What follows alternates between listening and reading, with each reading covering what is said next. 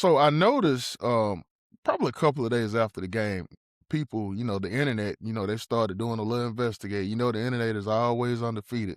So they started doing a little investigating on Indiana, and multiple people were checking their roster out. And it was a few theories that came up, and I want to talk to you about it. So the average age on Indiana's team is 23 years old.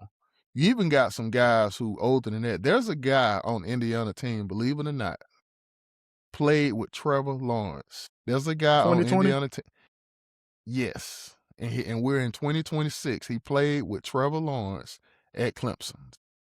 Indiana has a lot of old guys. So what they're saying is that he doesn't necessarily go after stars like that, but what he does is he likes to go after guys who have been around in the league for a long time, fourth year, fifth year seniors. And a lot of the guys on that team is older, and they're almost developed. And when they get there, he develops them even more. He maximizes every player on that roster.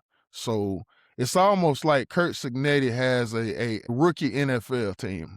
There are a lot of mature players, and they're coached well. You can't take nothing away from him because he's a good coach. And they will move on to play the Miami Hurricanes in the championship game next Monday, the 19th. So, Jarvis, let's talk about this game, man. It's in Miami. It's literally in Miami on the Miami Hurricanes field. So everything points to Miami as far as the home field advantage. However, I'm willing to bet Indiana travels well. It's a basketball school. They fans travel well. I'm willing to bet that it's probably going to be 55-45 Indiana.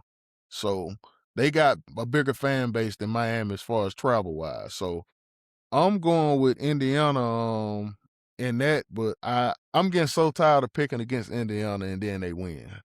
So I'm going to keep going against Indiana. I'm going to pick Miami to win this game because I'm going to stick with it. I just don't like Cinderella stories, man. I don't like Cinderella stories. And I think the fact that it's in Miami, and I don't care if, Indiana is considered the home team. I got Miami winning this game. I think it's going to be a close game.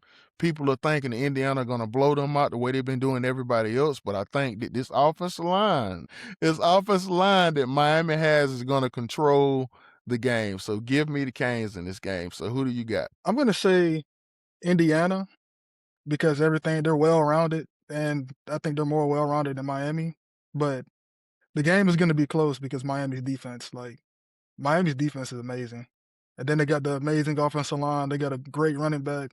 Only thing I think that can lose Miami the game really is Carson Beck, because if the running game doesn't work, then they have to go to Carson Beck, and he doesn't really throw the ball downfield. And if things don't go well with him, and he throws interceptions like he did early in the season, then things can get out of hands. Plus, Indiana forces a lot of turnovers. They're great at everything, so he can't make as many mistakes. So, in my opinion, I think Indiana's gonna win because of Carson Beck. So the past few games with Miami in the playoffs, from Texas A&M to Ohio State and to Ole Miss, I have basically said the same thing. I picked them to lose against Texas A&M.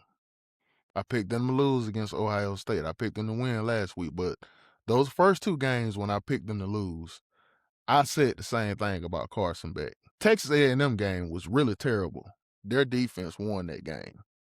The Ohio State game, I think it was more conservative. He did what he had to do, short scrambles here and there.